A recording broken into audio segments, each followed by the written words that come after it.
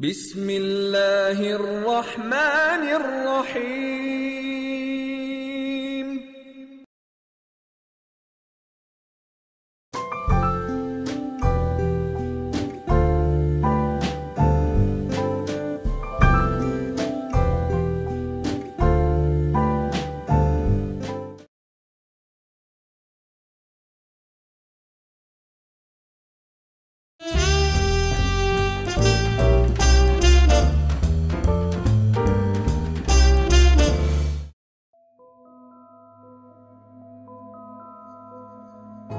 I will save a life.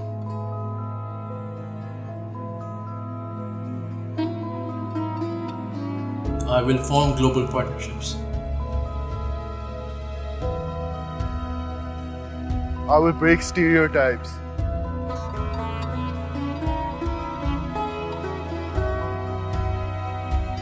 I will reveal the truth.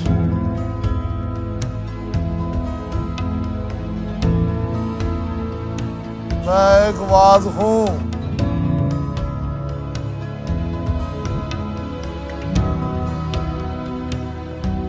I will engage with other cultures before forming an opinion. मैं पाकिस्तान के मुस्तकबिल को रोशन करूंगी. मैं हूँ पाकिस्तान. मैं जिम्मेदार हूँ.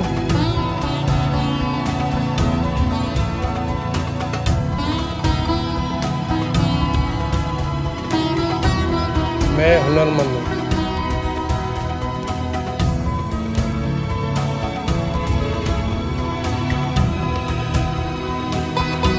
मैं पाकिस्तानी हूँ. असी पाकिस्तानी हैं. मैं पाकिस्तानी आया. सब पाकिस्तान है. I am Pakistan. I am Pakistan. I am Pakistan. मैं हूँ Pakistan.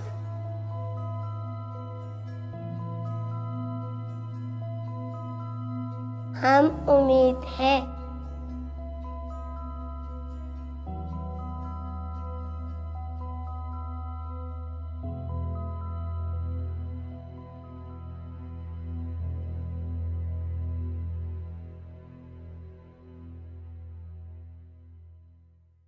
Hi, we are sitting with Arsala Jawaid here, who is a young, fresh return to Pakistan, and you still have that thing that you can make a difference.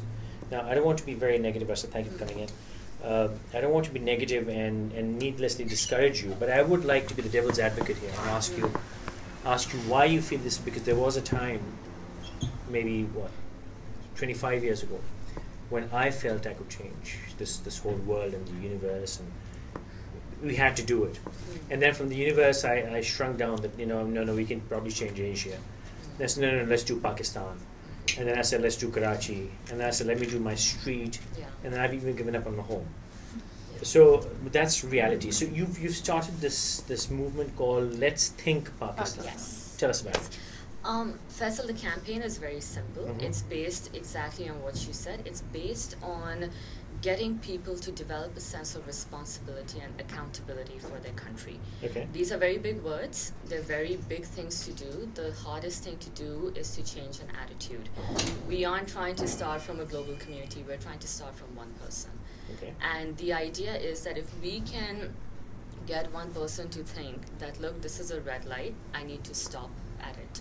We feel that we've made a difference, that person is making a difference, and by being himself, he is inspiring somebody else to do the same thing. I couldn't agree with you more. And my version of doing this years ago was my 2x2. And I said, wherever the 2x2 you're standing on, that's your responsibility wherever you go. But the reason I gave up, and I want you to answer that question to me, then maybe I'll change my mind, is that how do you teach the educated? These people know, and I'm not holding a poor man accountable. I'm not holding a cyclist accountable. To start with, eventually they should be. I'm not holding an illiterate man accountable. I'm not holding a rickshaw driver accountable. I'm holding a Mercedes driver accountable. Right. What's his problem? Right. He has seen the world. He knows better, but he refuses to be better and is adamant. Right. What do you do with that? I think the only way you change it, when you talk about a Mercedes driver, this is the same person who'll go to a McDonald's in Boston and stand in line. You know, this is the same person who's not going to skip line. But why does he do that? Here, because he can exploit a system. Because everyone around him is doing it. You become part of it. I think what we it's want fashionable to be do lawbreaker. It's cool to be, oh, you know, we can do it and no one's watching, and even if they are, it doesn't matter. Because we have the power. We can get away with it. And I think what we're trying to do is, if one person sets an example, somebody else will learn and they'll set an example, and so on and so forth. How come I think it hasn't I still have that. How come it's in failed me. so far? I just feel like people in a lot of ways have given up. And I feel like people in a lot of ways are just ready to be like, I can get away with this, I don't care. And I think also in our society, especially the educated class that we're referring to, they all assume that they know. Yes. And they think that whatever they're doing is their bit of change that they're bringing about in the society. If they're working or if they're making money for the economy that we live in, they feel and they believe that they're doing their bit. So and anything else really doesn't matter. To matter. that saying that, you know, they might think, okay, you know, I'll vote for XYZ, I'm bringing in change. Yeah. Well, that's all right. But we will continue and let KESC know they did this. Look what you've done. It'll be back in a moment. Go on. Thank you, KESC. Go on. So I guess KESC is doing their bit of change by stopping us to talk about good things. So go on, please. So, you know, the idea, actually I lost my train of thought. What I was asking you is, why has it failed so far? You said people are giving up. Now, my question is, how do you people like you and I know. Ayesha knows. And there are people like us who are law-abiding, they work within a system, they do things a certain way. But my analysis is, we get scoffed on. We think maybe we say, oh, you're an idiot. Or you're marginal. Or you... That, you know, you aap karte hain, chale baki to nahi karte. Yeah, but see, that's an escapist. You know, oh, I'm doing my thing, the others don't. Yes, but what you said is we can become role models and set examples. Why, I want to understand, I want you to maybe clear it in your thought. Why has that process of becoming role models failed so far? In fact, it's downhill. Yeah. You know, I personally think that there are a lot of people that I know of who've done, you know, who've stood out in their own ways, little ways. I think, like you said right now, they've been belittled. They've been put down. They've been told that, look, you know, you're one person. Everyone else is doing what they're doing, and that's okay. You're the idiot. You're the idiot. You know, you're the one who stands out, outcasted, almost outcasted. And it's like, you know, why do you want to stop at a red light? Your phone will get snatched. You know, I'm going to cross a red light because I'm in a hurry and because I can do it. Because I can do it, yeah. You know, and I think that is the reason why it may have failed till now. I guess I just carry with myself the hope that it will change. And I guess that's all we have right now. I think I have a lot of hope that it will. You say that's all we have right now. Why do you say that? That's very sad. All we have is a little hope. I think hope is a really strong word. Is it? I think so. I think change is a very abused word. I think it's been exploited a lot. I think hope is a very strong word. Because if you can hope for something, you can think of how to make it happen. The moment you do that, if you bet on yourself, you can actually follow through. Because on that road, a lot of people are going to tell you it cannot be done. You can't do it. They'll try to put you down. But if you can push through, I think you can make it happen. Do you not... I'm going to get completely philosophical here now. Oh, no. Let's do it. But don't you think hope is actually what keeps us from making a difference? Because we just hope it'll get better. We hope that someone it else will get do it. Well, no, because, you know, we haven't done so well today, but there is hope we'll do it tomorrow. And I'm going to get on you know, shaky ground now, so I will not go there, because religions give you hope. And those who get very religious see only the part of that religious hope. They forget that, you know, religion also tells you to have action. They just have this hope of an afterlife, hope of a better life, hope will get there. There is a dream, and this is really, I think I'm going to mention it here. This is my personal beef with Pakistan Tehreek-e-Insaf right now. Hope. It's a false hope. Yeah. If they had not come into play last year, we would have brought a revolution by now. But that hope That, all you have to do is wait 18 months. Right. And then we would come and sort everything out. And if I could be particular, in our country, we have always had this hope. We've always relied on hope. And never taken action. Never taken. You know, the thing with that, I think what I feel with that is, yes, hope is a very strong word, but I think my idea of it is it's only achievable when it's changed into something tangible. And I think that's what we're talking about. Not that, tomorrow we'll do it. Wait today, tomorrow it'll happen. Wait today, in the hopes that it will happen in 18 months. I think that idea of constantly delaying that deferred gratification, I think what we need to do is change it to something tangible. And I think the only time you change something into something tangible is when you actually have hope that you can do it. And I think a lot of times people in Pakistan, even around the world, get stuck in that middle. They never follow through. They never reach the end. Let me keep the philosophy flowing. Isn't it true that hopelessness is actually what makes you react? That's interesting. When you lose all hope is when you say, now I have to survive and do something. Yeah. As long as, like Sun Tzu says, never push your enemy in a corner and not give him an escape. That's when he gets violent and he just comes out cutting you up. Leave him an exit. And that's what happens to us. We left with this little exit, that hope. And year after year, generation after generation, there's hope. Let me send my kid to Australia. Let us do this. And hope. Instead, all that we need to do is really take control.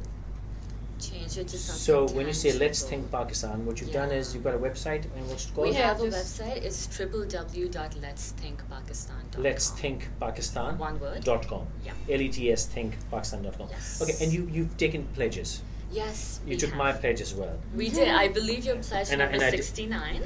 Yes. I wish you had skipped that number. I'm sure you do. Wouldn't you skip that number? You'd be like 70? No. I'm like 68? You almost got to 70. Had you waited a day, and then we would have I could have waited a week if you hadn't twisted my arm. But okay, now, I pledge that I will do da-da-da-da-da. But the reason smokers can't give up smoking alone is because there's no shame in going back to smoking. That's why you have support groups. Yes. So when you take individual pledges or oaths, there's no follow through. We make New Year resolutions every year, but never happens. I'm still fat and whatever. I'll start going to a gym next month. Right. So when you've taken those pledges and oaths, do you feel people will follow through on their own, even though you go back after a year and say, well, how did you do? Right. They'll either not come back and say anything, or just say, oh yeah, we did well. Right. So how do you feel such a pledge or an oath is of value? I think one thing, when you make a pledge and when you make a promise, the reason why people break it a lot is they feel that they're the only ones doing it, that they don't have a support group, there's nobody there. What we've done with each pledge is that we've included it in an ideas canvas. That is how you get involved with the movement. You go in, you write your pledge, you're given an anonymous number, and you include it in an ideas canvas with that many other people pledging to do something similar to yours or different. Follow up. That's probably the most important thing, because anyone can say something. What matters is what they've done with it. And what we are going to do is, towards the end of the year, like you said, a lot of people won't come back and they won't tell you what they've done. They won't show you proof of what they've done, and we're ready for that. Because we know that when you start something like this, people talk a lot and there's less action that follows through. By the end of the year, we're going to launch the second phase of the campaign that focuses more on accountability. And that phase is going to invite people who've made a pledge, and through all different social networks, to get people to perhaps send a photograph or a video showing what they've done, how they followed through. And at this point in time, if we can get even 25% of the people who've made pledges to do that, we feel that this movement is leading I'd be happy if you get 25. Drop at the percent. all. Yeah. Drop the percent. Dream big. Because even if you're talking about social media, if you're talking about Facebook, there are a lot of movements that take place. But when it comes to the physical action or the physical requirement of the individual to do some work, they just disappear. They do disappear. That is true, and I think that's one thing that we're going to try to push as hard as we can. And I think, you know, people, like when Faisal pledged, one thing we noticed from that, and something I haven't told you either, when we got his pledge and we put it up, we actually made a little template for it with, you know, his picture, his pledge number. And what happened with that is that, you know, people over here, it needs to become cool to make a difference. A lot of times, you know, the young people just say, you know, I'm gonna do it or whatever. But suddenly, if you see someone influential doing it, you see a celebrity doing it, it's suddenly cool. And you're like, you know, if he can do that, what can I do? What am I capable of doing? And if he's following through, I'm gonna follow through too. It's cool to make a difference. And youth psyche, you always wanna be seen with the cool crowd. Yeah. That's always it, and maybe in some adults' cases too. But you know, you always We are the cool. You lead the cool crowd. Yeah, but I agree. I you know completely what I agree with that. How large is the gang? Is this a personal project? Or It is. No, we have a team of just 5 people who are managing it now. What we did with the And they're all campaign- Karachi based? Yes. Okay. And what we did at the beginning was we got a lot of different people. We had a different team making a video. We had a different team making the music, and for the music we collaborated with NAPA, National Academy of Performing Arts, and some musicians in the States. So it's a combined effort for the music, and then the rest of the campaign, web and everything, social media outreach, it's run by a team of 5 people based in Karachi. So we've had people be involved in the project in different stages and to make it, and now it's being handled by five people. If I say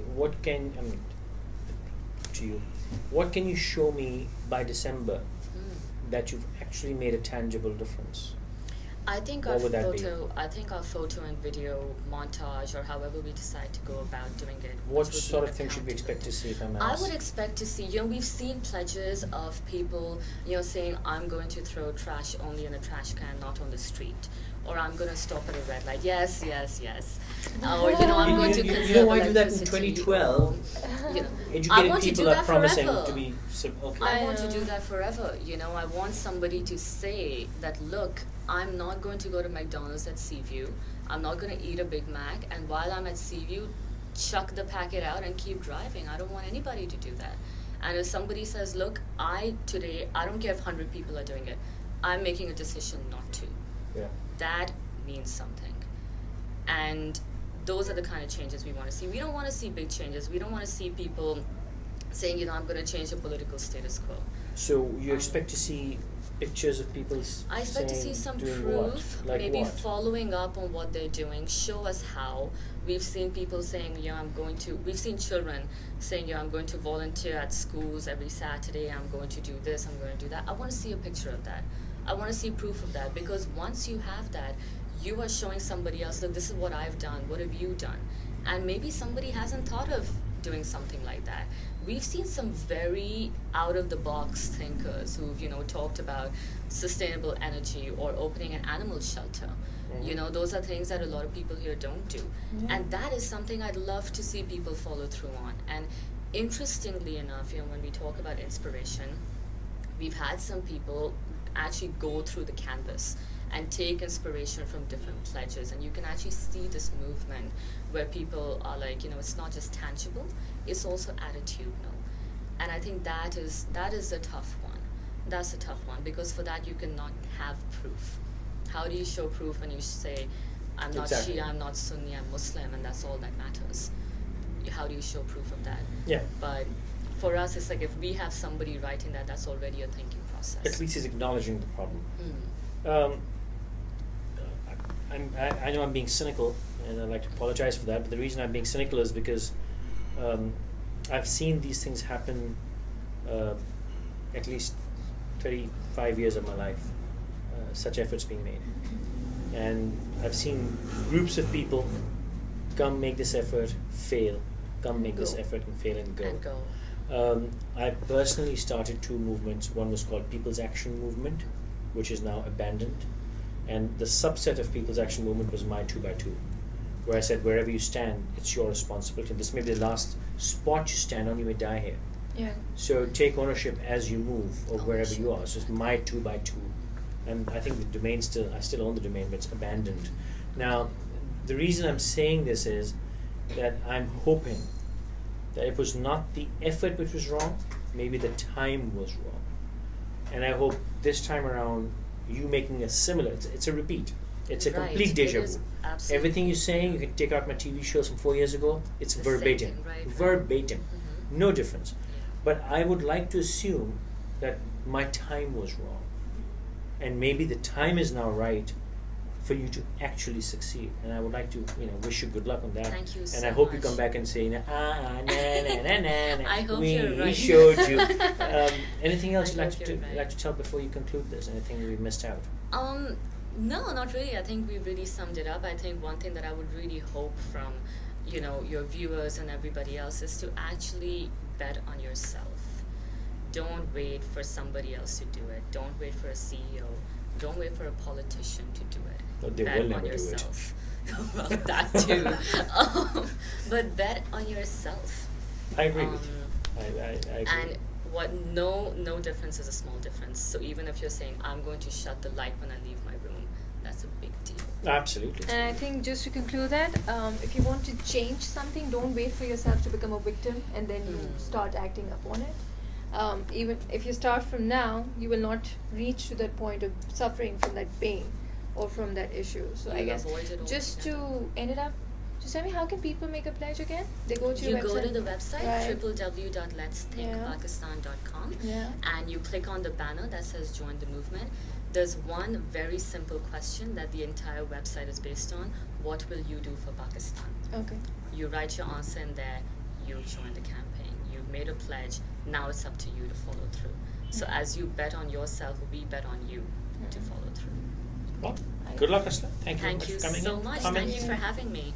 Comments, feedback, you've got the email address, you've got our Twitter, Facebook page addresses, and etc. etc.